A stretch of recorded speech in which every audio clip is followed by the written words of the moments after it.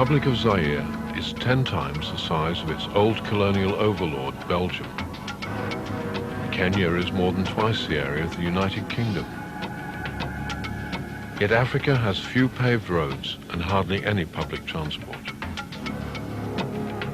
It is in Africa and other parts of the Third World that the car and the light commercial vehicle are often essentials rather than luxuries. Despite this, in 100 years of the motor industry, few vehicle makes and models have in any way been suitable for use in Africa.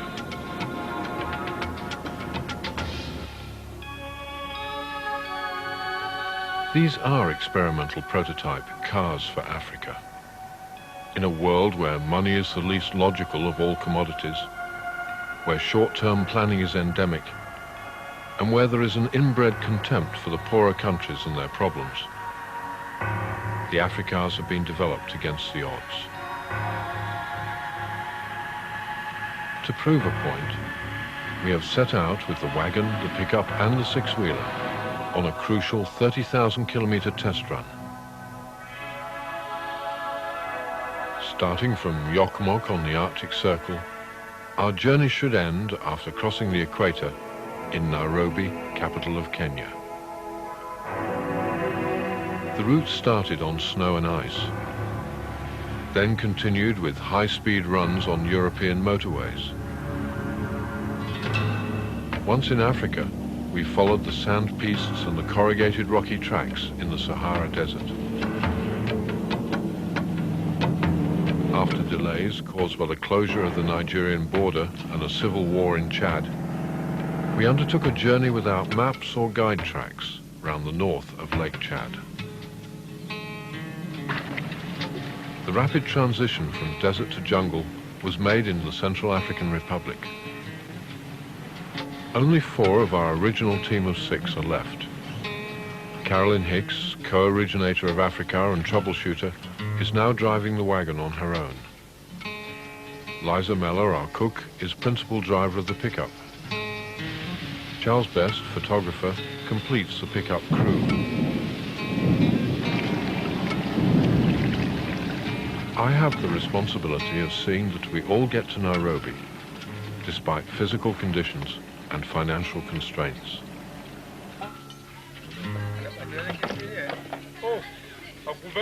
In the Sahara, we were joined by Thomas Marks, who's taken over as main mechanic and driver of the six-wheeler.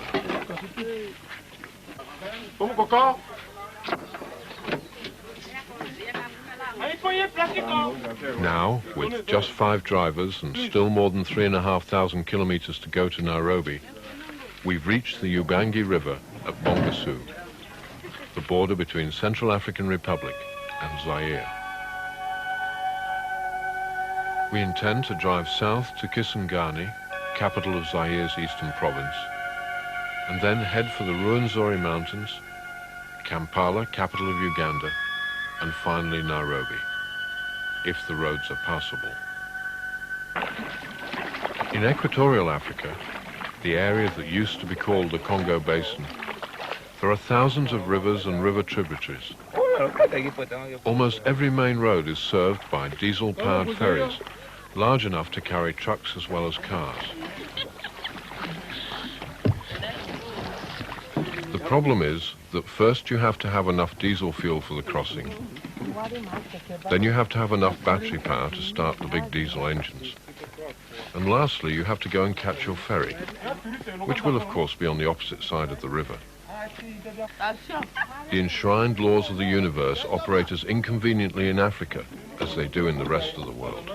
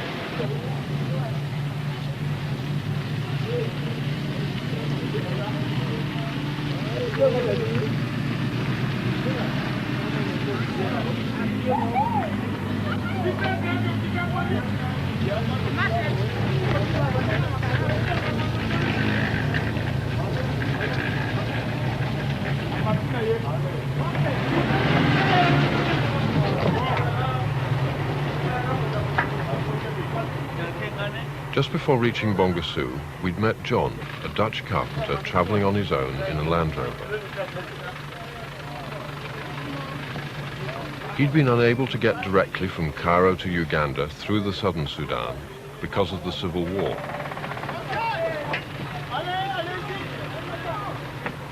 So he'd headed southeast from Khartoum into the desert and found a long way round to the Central African Republic.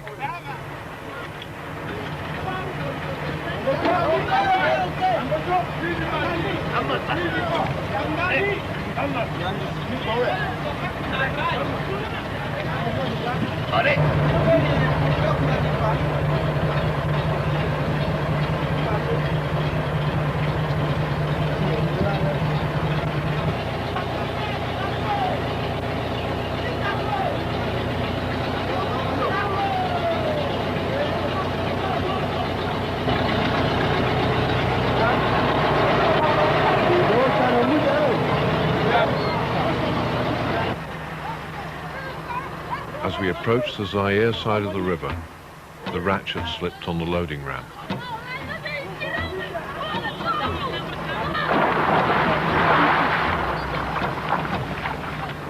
Camera, cameraman, recorder and sound recordist plunged deep into the muddy and swollen river.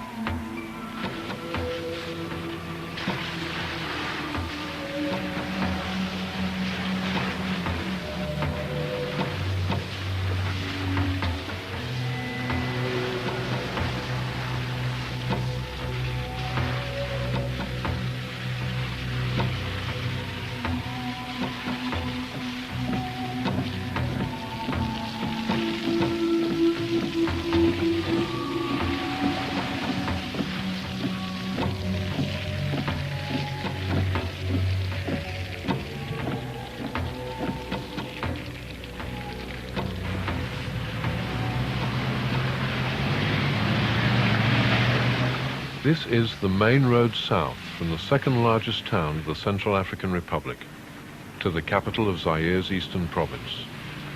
This is an ordinary road.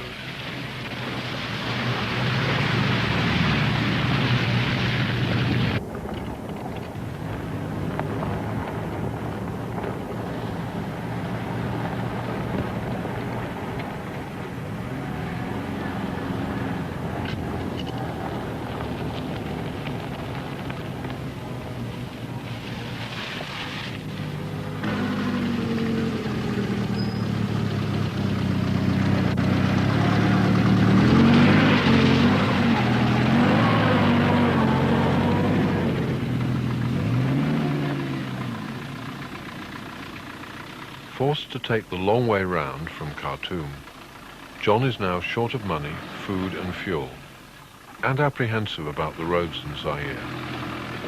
He's welcomed a chance to travel with us to Uganda. After the wide open spaces of the desert and the soft airiness of Chad, There is something a little sinister about Zaire. The jungle is closing in, blocking our view in every direction. The sky itself is disappearing.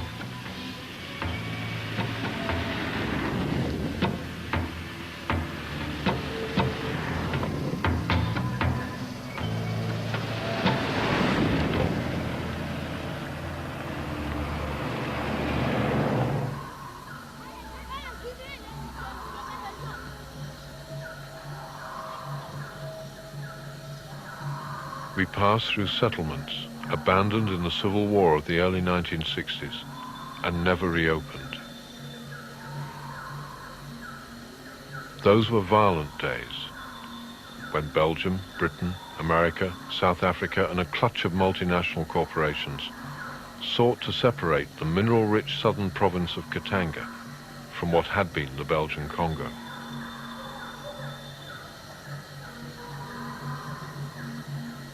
A situation finally brought under control by United Nations forces, but not before anarchy and violence had reached appalling proportions.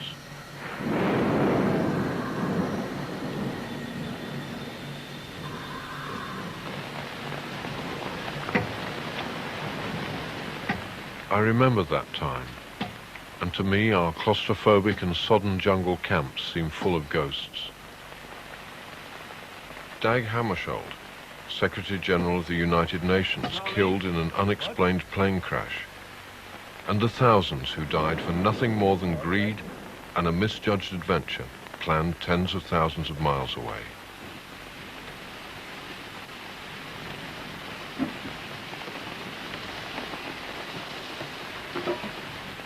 The jungle is now so dense that we've had to travel 20 miles to find this tiny clearing.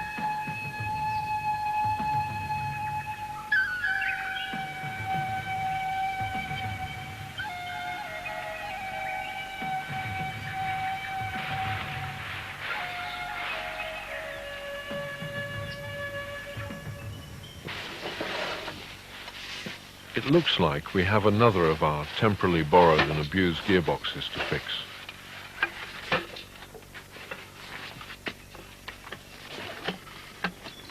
It's a really nice one this time. A Charlie Special. Completely broken casing. All the way around. That's beautiful. Yeah. Just was holding by the top plate. I don't know how it happened. I never saw something like this before. Let's move the bolt here, from here. Another way of like my stick. Once again.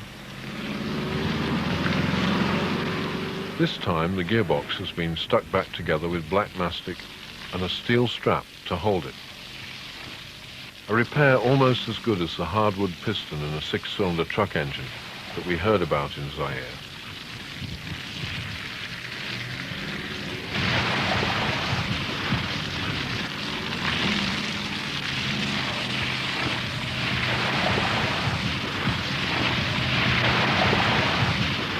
Visibility is everything on these roads, almost as important as ground clearance.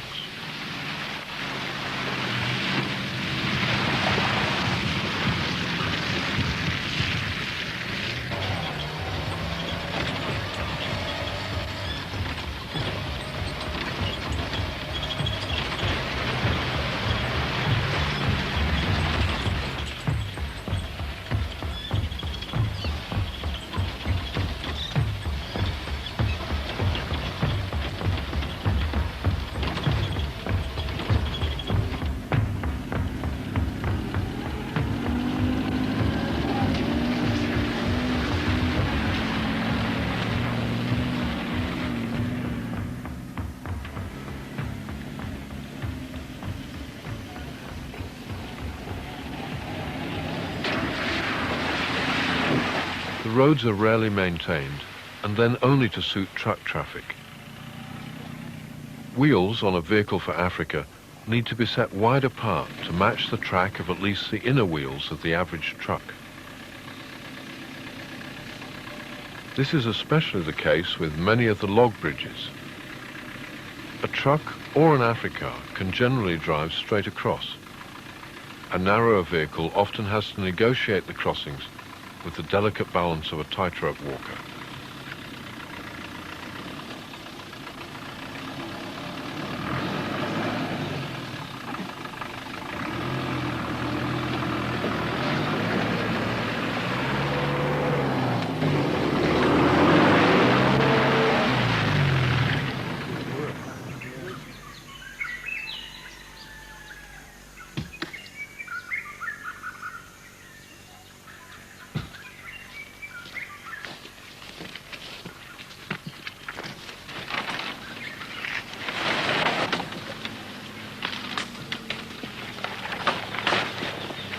Maybe now we can turn it in the road.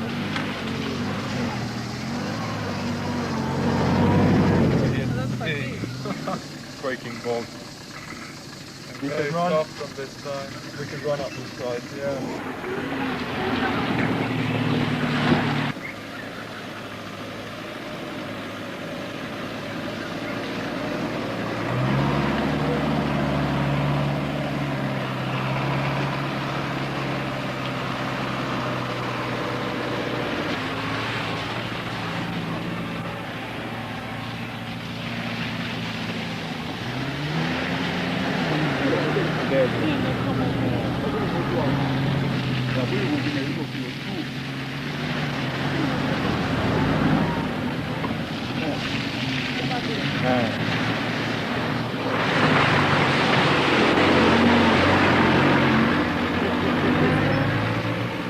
On a vu bien.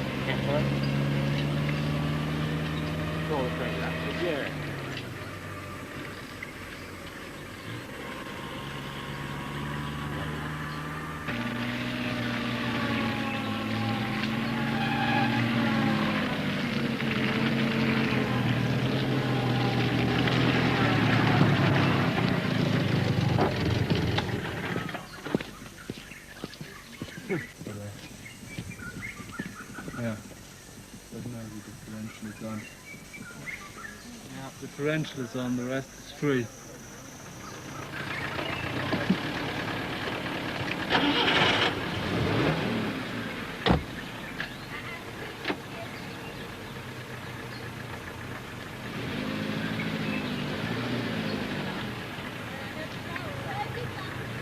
The problem is not complicated and rather obvious.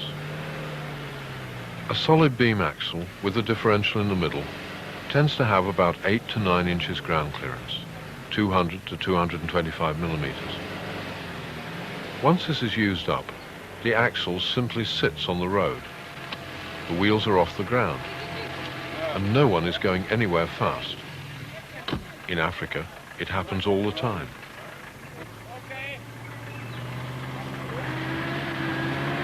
The problem with the axles is made worse by the long, relatively low overhang at the back.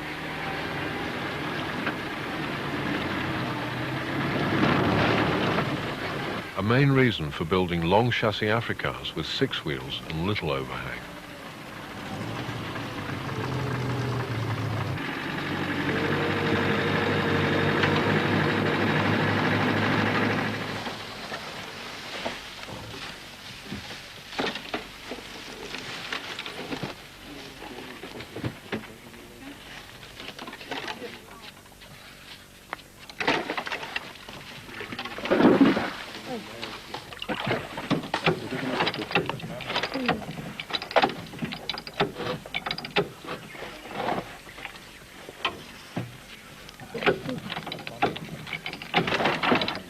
Back in the hole.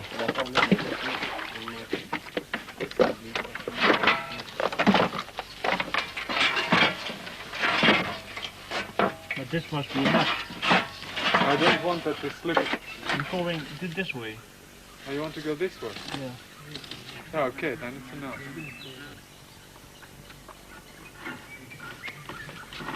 Okay, give me a rope.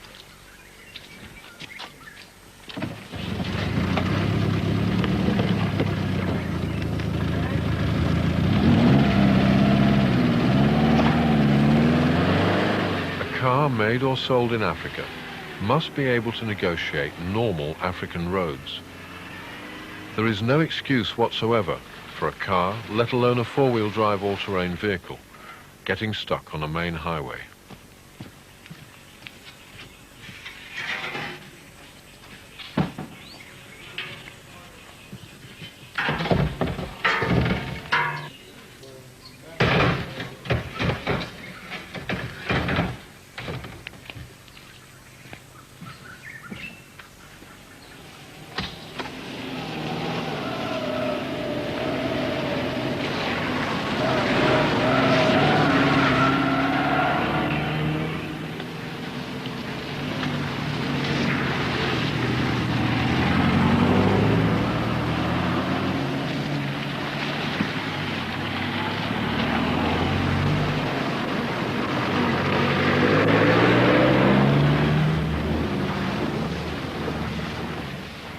Testing in England for African roads have been equally wet and muddy, but much colder.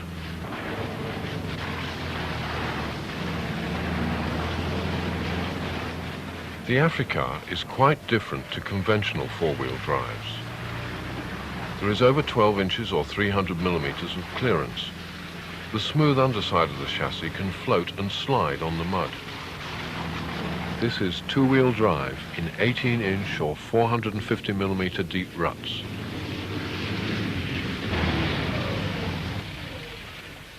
At that stage, the only problem left to solve was how to keep the mud and water out of the engine and the electrical system. That was a beauty, wasn't it? Yeah. Beauty. We're going to have to do something about that engine. It's an amazing mess. That'll be waterproof. Certainly it's got to be done before we go to Africa. Coming on. Right, you're on the wood. You're on the wood.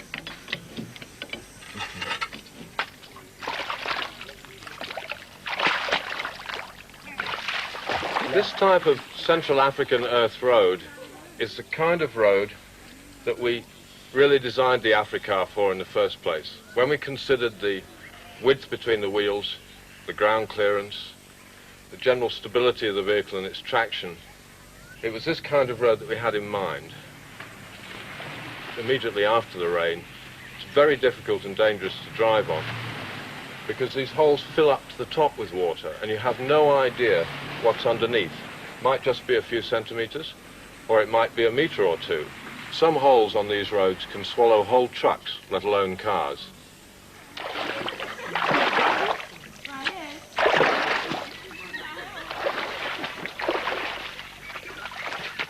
It's impossible to get out of here.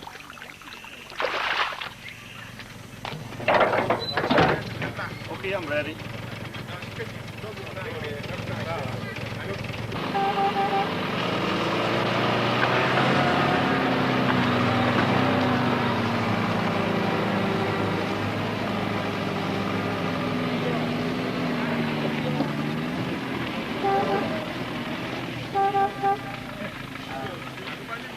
Well, that was good. Yeah, really. It's the second time in 2 days, yeah? What's actually happening when you get stuck? Well, the axle touched the ground. That means it's finished. You got no drive on either wheel. It's impossible. It's over. Has it happened often before? Yes, many times. Yeah. But you manage to get out on your own. How do you get it out on your own? Normally I have a passenger that can help me. That's no problem. Okay. Well, this hole over here is the one that you got stuck in the other night. And we're going to try and bring the two Africars through and see whether they can run. We had to help pull John and the Land Rover out altogether 3 times in 3 days. Nothing especially unusual for people who habitually travel these roads. What was unusual was the fact that in two-wheel drive only, none of the Africars got stuck once on the road at any time during the trip. Only in the desert, with no road at all, had we needed, like everybody else, the occasional push-out from soft sand.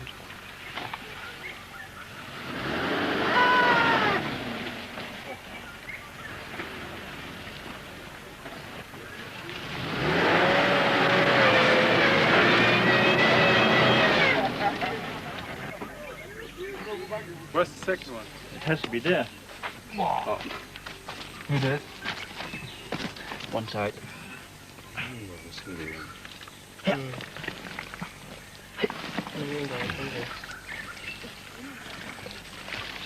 Okay. In the water.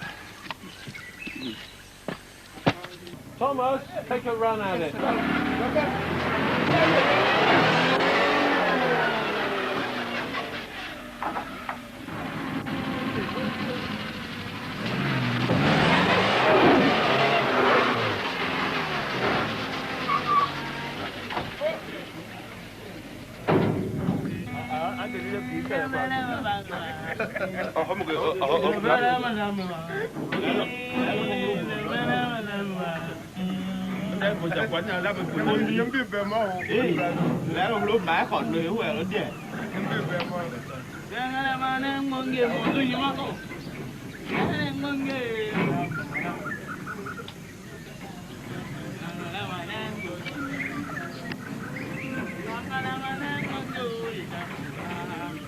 When the sun manages to break through the rain clouds, Zaire immediately becomes a warmer and a friendlier place. The ferries are free and the operators good-natured. All too short periods of rest and quiet on our now relentless journey.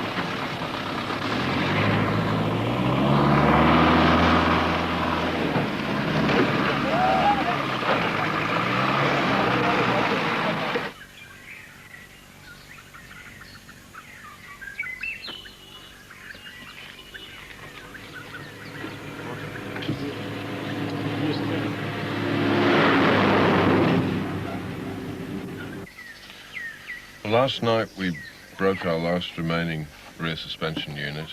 We broke one previously on the pickup, which is not surprising because the bump and droop stops are not in the right place. This has been, and this still is, the biggest crisis that we've had on the whole trip, because in theory you can't repair these units. In fact, when I first talked to Tony Best about using these, I said to him, whereas with a leaf spring you can weld it up or with anything take a piece of metal and make one. hydric gas is that you've got a unit which you've got to replace if anything goes wrong. I mean, it's not like having a leaf spring that a blacksmith can put right. No, but the intention is that they're made and sealed for life, so that in fact Yeah, well, you know, I always dread that phrase. I mean, sealed for life is the ultimate killer, really. I mean, how do I explain to people the real problem? And that is that if you've got something like this, you just have to take it out, throw it away, and find another one under the nearest baobab tree, which is most unlikely. Yeah. Well, we try and design them so that in fact they last the life of the vehicle. The crack is right in the center here. We've taken some tip-top rubber solution. It's the universal tire repair solution you find everywhere in Africa. And some old inner tube, cut patches, and glued it in here, so that when the piston goes in, it goes into the new patch and hopefully seals the unit. A typical African repair using the materials available. We've sealed up the end of this, and last night... Oh, you can only put a patch in the middle of the unit where the piston goes in, because on the sides it can't reach it. So it's only possible to repair just in the middle. If it works. If it works. What I've decided to do to put some discipline on our driving is to ask John to run in front with the Land Rover and set a Land Rover pace.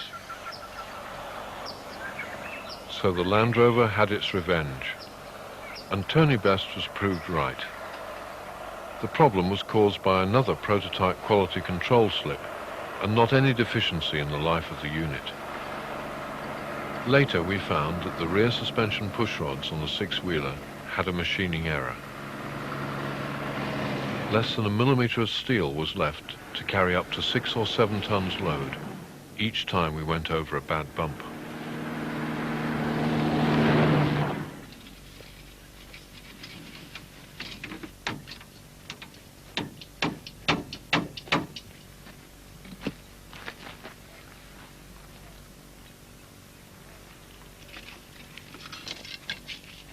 What's the problem, John? The rubber here is gone. So that means a lot of shocks for the brake here, for the spring. It was too much. There's no broken, only this bolt who's in the middle is broken also. So it moves that way to the backside. These vibrations made that the whole spring moved back, and now he's hammering it back into its position. I personally prefer to repair a spring with tip-top.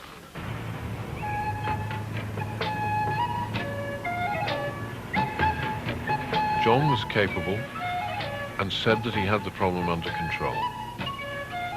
We were losing about 20 minutes in every hour by travelling with him, in addition to the time we spent getting him out of the mud. We now felt obliged by our own commitments to leave him wrestling with his springs and to go ahead.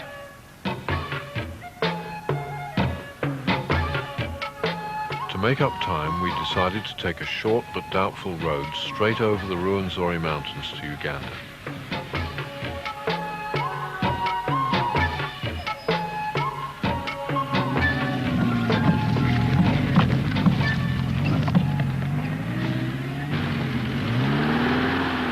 The surface was atrocious, and we were lucky it didn't rain.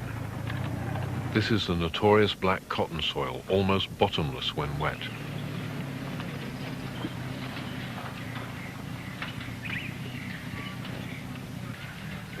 The bridges, blown up in the Civil War 20 years ago, have still only been temporarily repaired.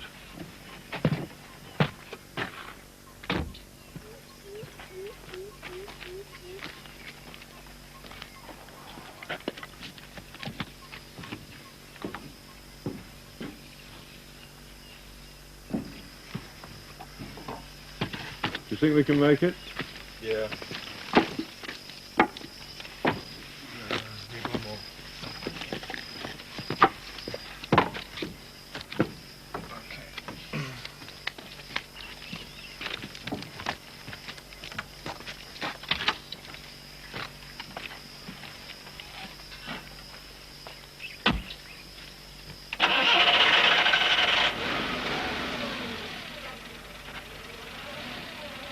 By this stage of the trip, everyone has developed their own particular Africar driving style.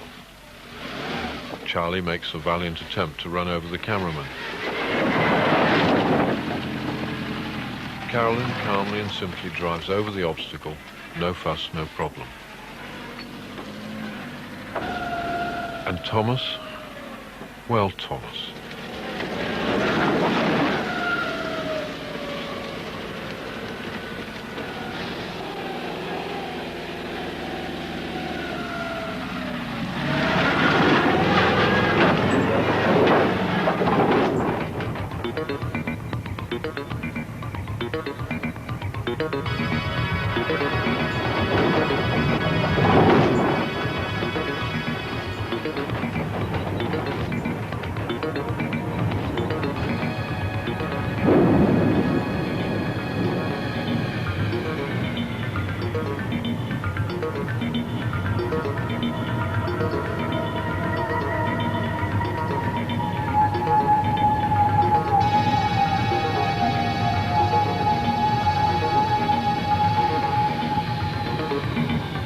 As we reached the top of the pass through the Ruwenzori Mountains, we found, to our amazement, that we were on a truck route. That explained the huge holes in the black cotton soil further back. Scraping our way past on the portion of road left to us, we silently wished them luck with the bridges.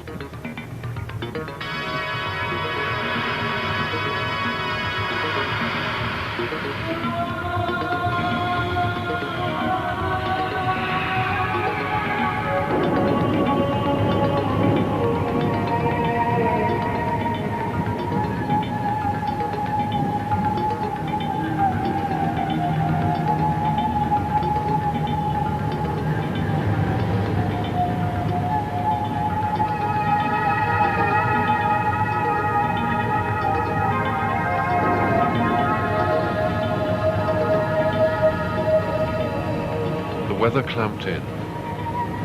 I had promised a glorious drive through the mountains of the moon before reaching Uganda. We saw nothing.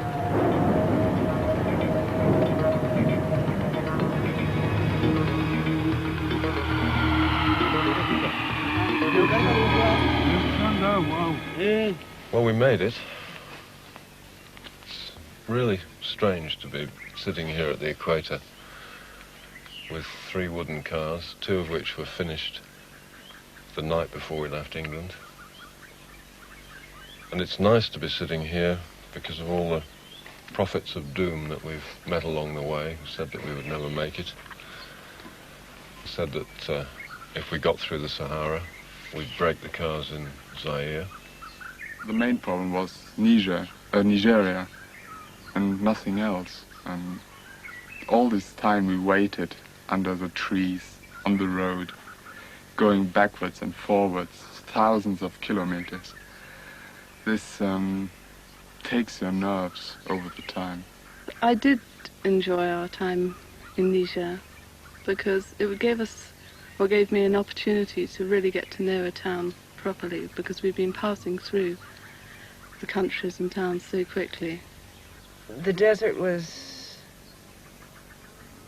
When I was in it, I thought it was wonderful, and I thought the cars were doing beautifully. But as the roads got worse and more wet, and with bigger holes, the cars seemed even better. And anyway, I liked that part of the trip better. I think the decision we took in Niamey, ultimately, to go through Chad, whatever, was, with the benefit of hindsight, and see it was the only decision that we could have taken. Because if you build 3 cars and say, right, we're going to drive them from the Arctic to the equator to prove them, you've got to get there. You've got to do it. And we did what we set out to do. We are still, I think, 2,000 kilometers from the coast, but we're on tarmac, and you know what that means. In Niger, we were doing 1,000 kilometers in a day. I mean, really, from Nairobi here, we should be 2 days at the most. This is roll 8E77, and it's the 19th of July. We're at the equator in Uganda. It's been a piece of cake. Let's get off and taste this nice Uganda tarmac. It'll be a very pleasant change. Pick up. Wagon. Okay, start your engines, off you go.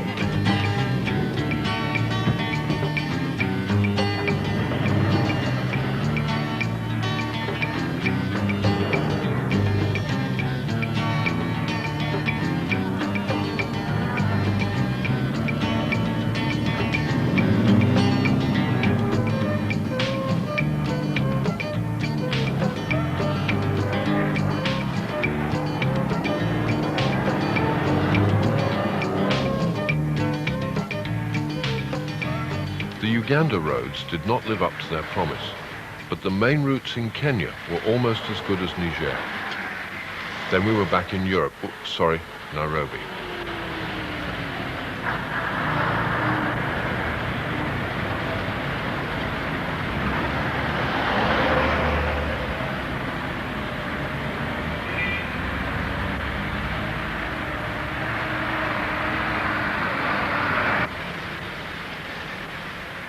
We had arrived in Nairobi just in time for the motor show. Offered a stand, but no other facilities, we fell back on doing what at that time we knew best. We set up a desert camp, complete with several tons of sand. fairly conventional chassis then? No, it's wood. Oh, the chassis is wood as well? Yes. Oh, I see. It's not a kit car. It's not something that's put together from other pieces. And very hard to do because people are skeptical.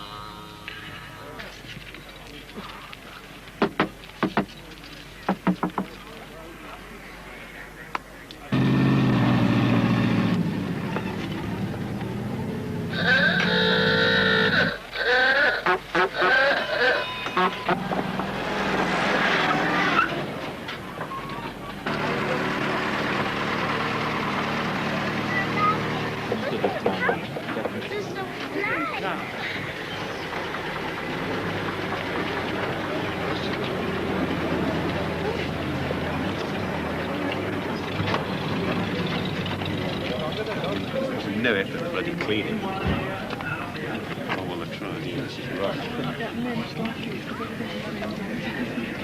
Invited to enter the concours d'elegance, I fear that we insulted the judges.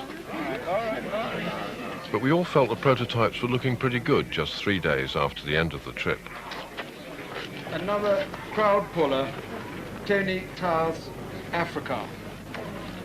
Thank you Well very done, much. Tony. Thank you very much for entering. All the way from the Artic Circle.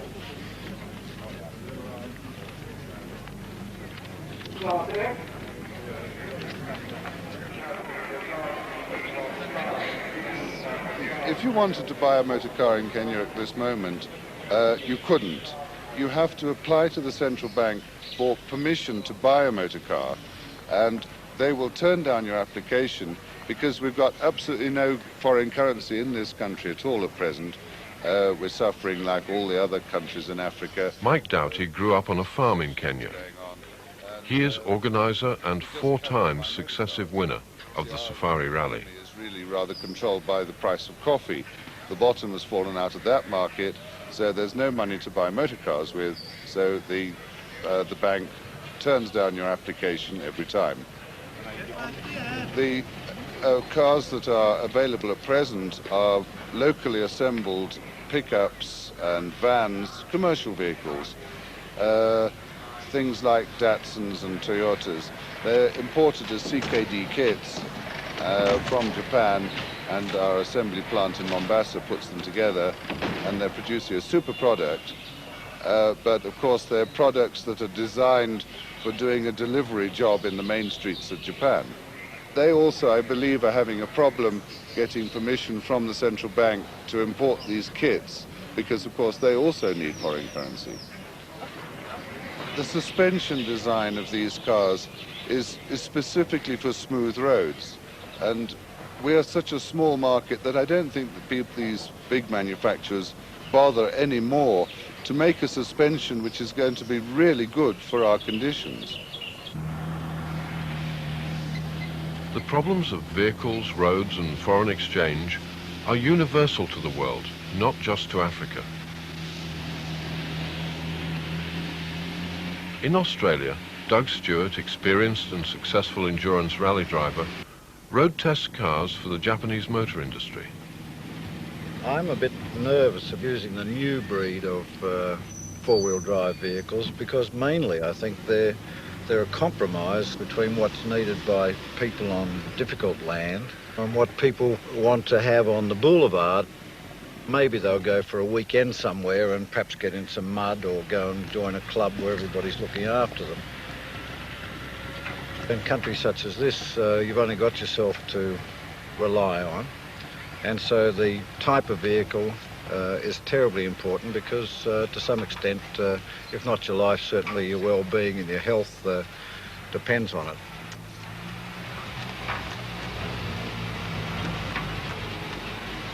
I think the essentials are all revolve around safety. So wide track is rather important, an ability to go sideways across hills and good fuel pickup so that on really steep grades you haven't got your heart in your mouth. I regard those to be the basic essentials.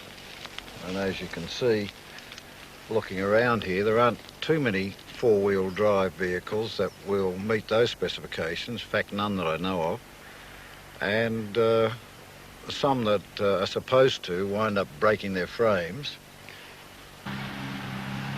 The stories are legion of people getting Land Rovers and things like that stuck.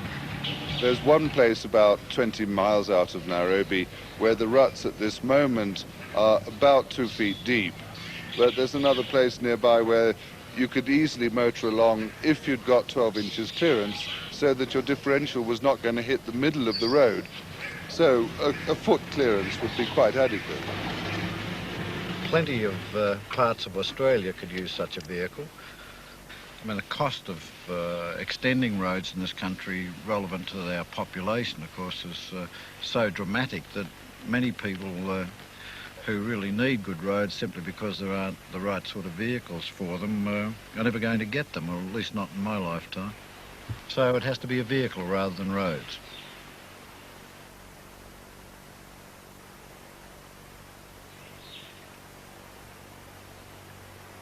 Here we've found one of the world's perfect places.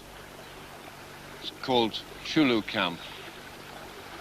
It has a perfect river, shade, all those things that we looked for in the desert.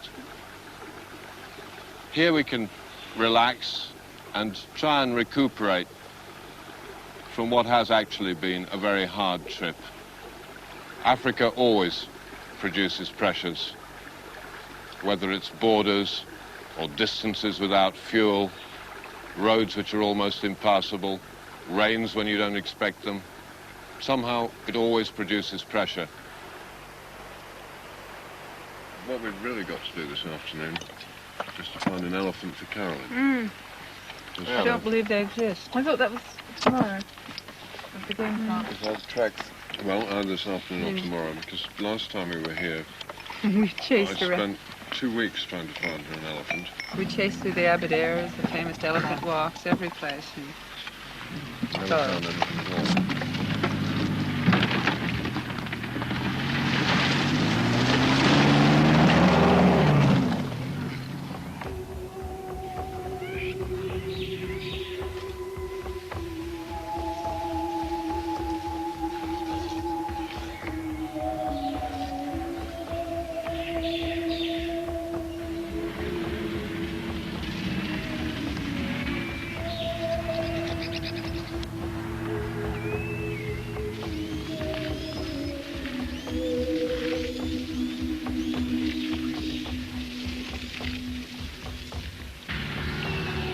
I had first conceived the Car for Africa concept while traveling in Eastern Central Africa 20 years ago. Driving in the Masai Mara below Kilimanjaro, the Africars have come home.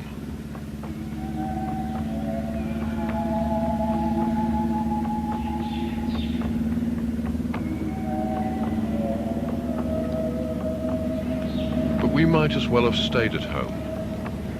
The success of the Arctic Equator journey had no effect whatsoever on the availability of funding for Africa.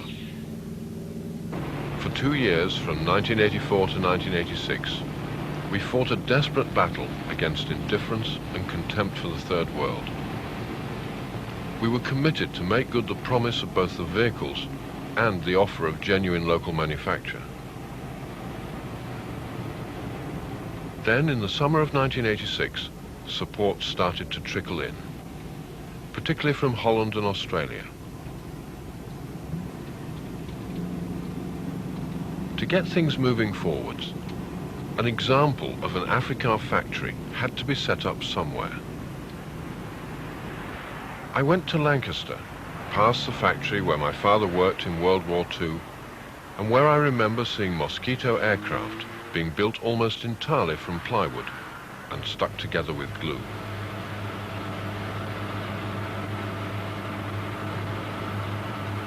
In the town hall, I met with Peter Sanford of Enterprise Lancaster and town clerk Bill Pearson. Here I found for the first time in 7 years a committed can-do attitude. We generally try and give whatever help we can within our own limited budgets. But that comes out of your own budget? That's through the City Council's own budget, yes. You've had time to look at it. Have you got anything you can offer us? Well, as you've realised, our ability to help is limited, but we can help on two things, with premises and with money. And if a 40,000 square foot factory is what you want, then you can move in next week. If our limited amount of financial help is of use to you, then you can have the cheque tomorrow. You really mean that? We really mean it, and we'll deliver. When I was a kid, you couldn't drive down this street at 5 o'clock in the afternoon because of the buses and the numbers of people leaving work.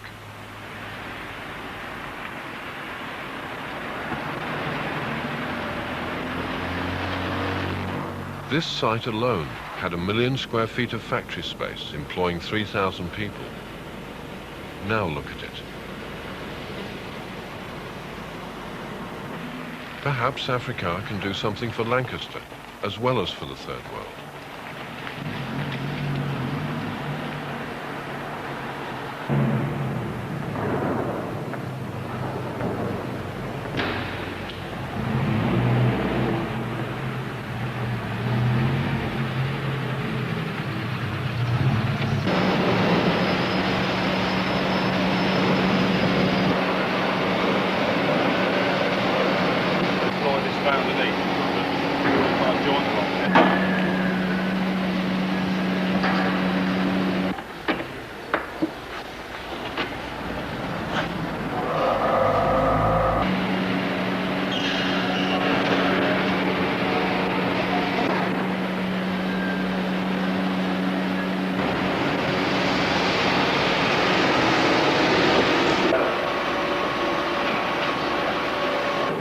Down roll 230. We're in Lancaster, England. It's still been a piece of cake. Carolyn, I think we need a home there. How about Africa? Africa?